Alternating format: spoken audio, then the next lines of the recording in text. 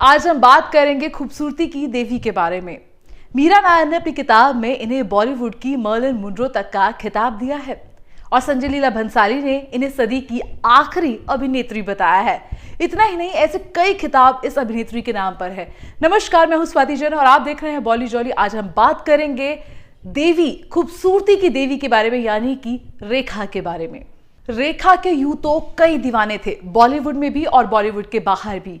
ऐसा ही एक दीवाना था दिल्ली का, जी हाँ, जिसने 14 साल की उम्र में पढ़ाई छोड़ दी और उसके बाद छोटे मोटे धंधे किए, लेकिन फिर बर्तन बनाने की फैक्ट्री शुरू करी और 24 साल तक की उम्र में वो बन गया सबसे ज्यादा बड़ा व्यापारी। दिल्ली के टॉप बिजनेसमैन में उसका नाम शुमार होने लग गया। जी हाँ, मैं बात कर रही हूँ मुकेश अग्रवाल की। साधारण से बैकग्राउंड से ताल्लुक रखने वाले रईस मुकेश अग्रवाल दिल्ली के मेहरौली फार्म हाउस में रहा करते थे। चाहत थी दिल्ली के एलिट क्लास में शामिल होने की। इसी वजह से अक्सर बेशुमार बड़ी बड़ी पार्टीज थ्रो किया करते थे और उसमें बॉलीवुड से लेकर दिल्ली की टॉप हस्तियों को भी बुलाया करते थे, जिसमें फिरोज खान जैसे एक्टर्स भी शामिल हुआ करते थे। ऐसे ही दिल्ली की एक टॉप क्लास सोशलाइट थी बीना रमानी, जो अपनी मॉडल फ्रेंड्स के साथ अक्सर मुकेश अग्रवाल की पार्टीज में शरीक हुआ करती थी। मुकेश अग्रवाल को ये बात पता थी कि बीना रमानी रेखा की बहुत अच्छी दोस्त है और वो उम्मीद करते थे बीना रमानी कभी रेखा को लेकर उनके दिल्ली के मेहरौली वाले फार्म हाउस में पहुंचे। या इतना नहीं हो सकता तो ये भी हो सकता था कि मुकेश अग्रवाल मुंबई के 5 स्टार होटल में पार्टी थ्रो करे और रेखा उसमें शरीक हो। ऐसी चाहत थी मुकेश अग्रवाल की। इतने बड़े डाई हार्ट फैन थे वो रेखा के। इसी दौरान बीना रमानी की मुलाकात फिर से रेखा से हुई तो रेखा के सामने बीना रमानी ने मुकेश अग्रवाल के कसीदे पढ़े, सज्जनता के कसीदे पढ़े, अमीर के बातें बताई और इतना ही नहीं, वो बताया कि वो कितने तुम्हारे फैन हैं और कितना तुमसे बात करना चाहते हैं, मिलना चाहते हैं। लेकिन रेखा ने दिलचस्पी नहीं दिखाई। बीना रमानी ने कहा, मैं बात कर रही हूँ मुकेश अग्रवाल की। रेखा ने कहा, नाम से ही ये बंदा अनरोमांटिक लग रहा है। फिर भी रेखा ने ज्यादा गौर नहीं किया, लेकिन बीना रमानी की बात मान ली और उन्होंने मुकेश अग्रवाल से मुलाकात की। हालांकि रेखा ने मुकेश अग्रवाल से मिलने के बाद भी उनमें कोई दिलचस्पी नहीं दिखाई, क्योंकि रेखा को मुकेश अग्रवाल में ना कोई दिलचस्पी थी और ना ही वो इंसान उनको कोई बहुत इंप्रेसिव लगा था। फिर एक दिन बीना रमानी ने कहा कि रेखा, मुकेश अग्रवाल तुम्हारा फोन नंबर मांग रहा है, दे दूं क्या? रेखा ने दिलचस्पी नहीं दिखाई। फिर बीना रमानी ने दबाव डाला कि इतना प्यार करने वाला, तुम्हें महारानी की तरह रखने वाला और बिना किसी मोटिव के तुमको प्यार करने वाला शख्स मिल नहीं सकता जैसा मुकेश अग्रवाल है। फिर रेखा की एक और दोस्त थी जो एयर होस्टेस थी, सुरिंदर कौर। सुरिंदर कौर ने भी रेखा पर दबाव डाला कि तुम्हें मुकेश अग्रवाल से शादी कर लेनी चाहिए, वो अच्छा इंसान है, पैसे वाला है और तुम पर जान छिड़कने वाला है। रेखा ने इतना सुनने के बाद उन दोनों की बात मान ली और खुद मुकेश अग्रवाल को फोन किया।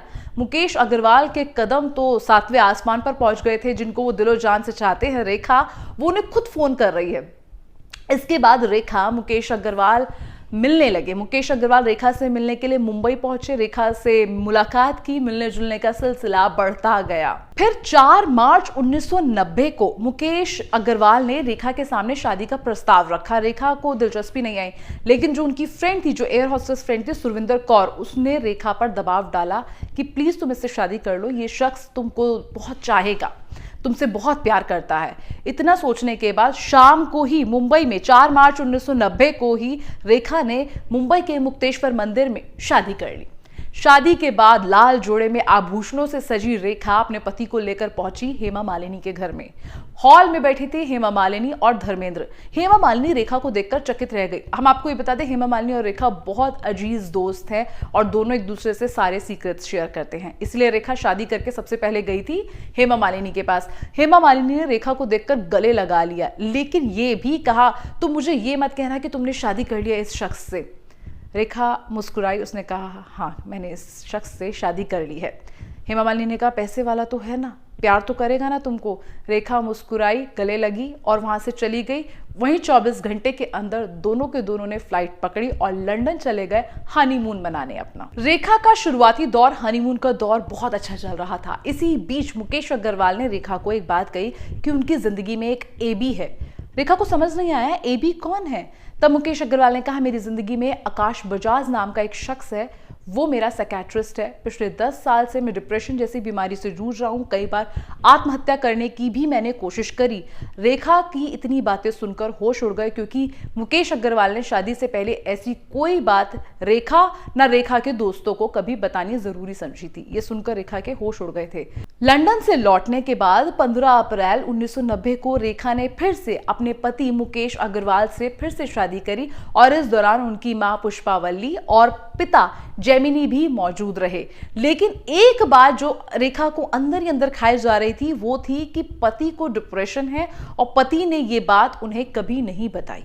शादी के बाद दोनों ने अपने मुंबई के दोस्तों के लिए, रिश्तेदारों के लिए एक 5 स्टार होटल में पार्टी रखी जहां सबको बुलाया गया। दोनों का एक कॉमन फ्रेंड था नीरज कुमार, जो मुंबई पुलिस कमिश्नर रह चुके थे उस समय पे, तो दोनों के वो कॉमन फ्रेंड थे। पार्टी के दौरान ही मुकेश अग्रवाल को डिप्रेशन होने लगा और उन्होंने अपने पुलिस कमिश्नर दोस्त से कहा कि मेरा मन कर रहा है कि मैं समुद्र में कूद के मर जाऊं। इस पर कमिश्नर ने पूछा ऐसा क्या है और उसको समझाया भी कि ऐसा कुछ मत करो। रेखा को भी ये बात कही। उसी समय रेखा की एक फिल्म रिलीज हुई थी, भारत गुलाम देश का, और रेखा की ये फिल्म सुपर डुपर हिट रही थी। इस वजह से रेखा जो है मुकेश अग्रवाल को अपना लकी चार्म मानने लग गई थी और वो सारी बातें नेग्लेक्ट करना चाहती थी। रेखा फिल्मी दुनिया से दूर दिल्ली के मेहरौली फार्म हाउस में फूल पत्तियों पेड़ पौधों के बीच सुकून का वक्त गुजारना चाहती थी। लेकिन मुकेश को पार्टीज चाहिए थी। हर रोज बड़े बड़े बिजनेसमैन, मशहूर हस्तियां, दोस्तों के बीच रेखा आकर्षण का केंद्र बनती। वो अपने पति के साथ अकेले समय गुजारना चाहती थी, लेकिन मुकेश पार्टी के बिना नहीं रह सकते थे।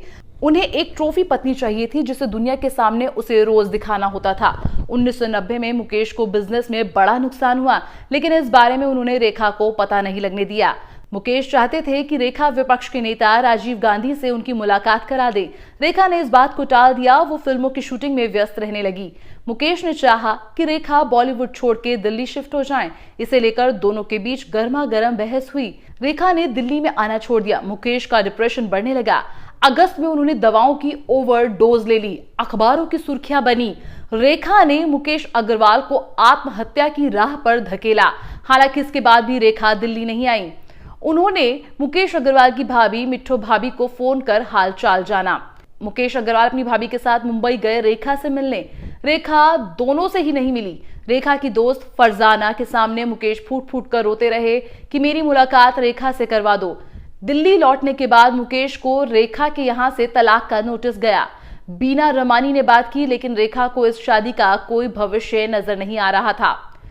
10 सितंबर 1990 को रेखा और मुकेश ने आखिरी बार फोन पर बात की और दोनों तलाक के लिए राजी हो गए। 26 सितंबर 1990 को रेखा ने स्टेज शो के लिए अमेरिका की उड़ान भरी। इधर मुकेश ने लोगों से मिलना जुलना बंद कर दिया। वो निराश और हताशा के गर्त में डूबते जा रहे थे। उसी साल 2 अक्टूबर को दोपहर 1:30 बजे मेहरौली के फार्म हाउस में फांसी लगाकर उन्होंने आत्महत्या कर ली।